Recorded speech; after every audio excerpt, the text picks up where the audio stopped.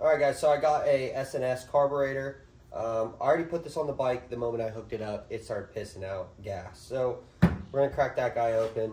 I also need to make a mount for the light going off of these two bolts right here. And then also figure out where to mount our regulator rectifier. Now this is a big ass motherfucking regulator rectifier, but I think that we can find a smaller one eventually. We're just going to run this one for right now. But anyway, let's crack this Super E open. See how she goes. Now I bought this guy off eBay. I'm hoping that it isn't, I don't know, bad condition. Let me clean off this 5/8 real quick. God damn.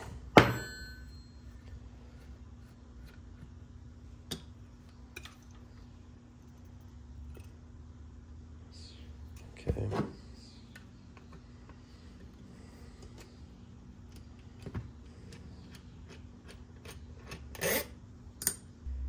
If I was going to guess, because it's leaking out of the overflow, either the gas is not shutting off or float height's a little wonky, but I'd be surprised if the float height's wonky.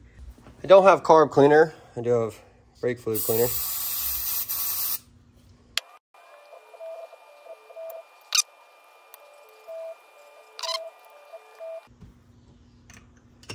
Now what I can do is hook a bit of hose up to this. I'll hook a bit of hose up to this, start blowing in it, and then raising the float level until I hear it shut off.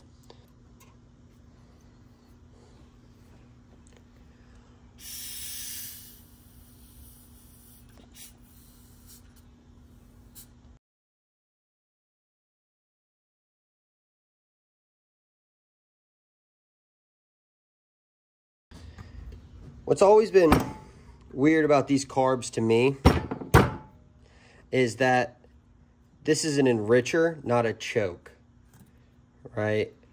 Which, what's the difference? I guess this just allows way too much gas to go through, so it enriches it.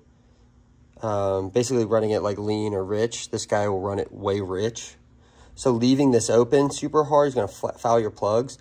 But with chokes, isn't it, someone's gonna correct me in the comments, but I believe the chokes are more, you're choking out the airflow to get more gas through.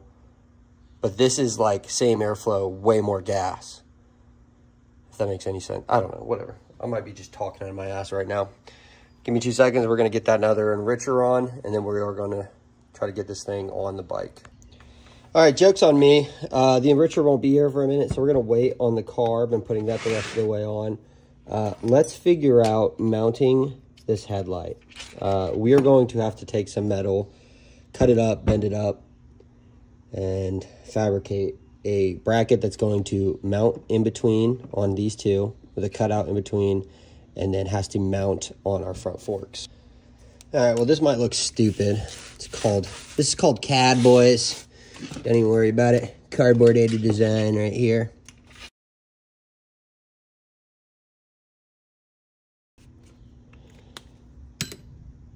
Yeah, need something like that. Kind of looks like a sexy lady, or like a little dress. I'm gonna spare you guys. I'm gonna spare you guys me cutting up all that metal and doing all that shit, because nobody likes a fucking time lapse where you can't put any music. Yeah, that looks so fucking bitchin'. It's like just like something like little subtle. And then I got a rough of the headlight. I need to trim up this guy a bunch more and clean her up, but for a rough, I'm pretty happy with that. It's really slim. And I think that looks pretty centered and pretty solid. So I guess let's run the front light, and then let's do the regulator rectifier, and then see about getting this thing running, see if it charges. With regulator rectifier wiring, there's 3 wires on it. Your battery one goes to obviously just the battery terminal, right? You're not sending it through the switch, you're not sending it through the fuse, you're sending it straight to the battery terminal. And then you have a field and arm. Those go to the 2 post on the generator. All right, see if I can get this to focus. You can barely see it, but there's an F right here. And then over here, can I focus? There's an A right there. So arm, field. So we're gonna hook those up, and then what am I thinking? What else do I have to do? I need to do that top motor mount. Yeah, we're gonna hook that up and then see about getting her running. We are going to try to get this started and idling. I don't have the shit for the front, but I'm pretty sure the gas tank's leaking. I had to dent in the bottom of it so that it would fit around the pans, like the heads, and I don't know.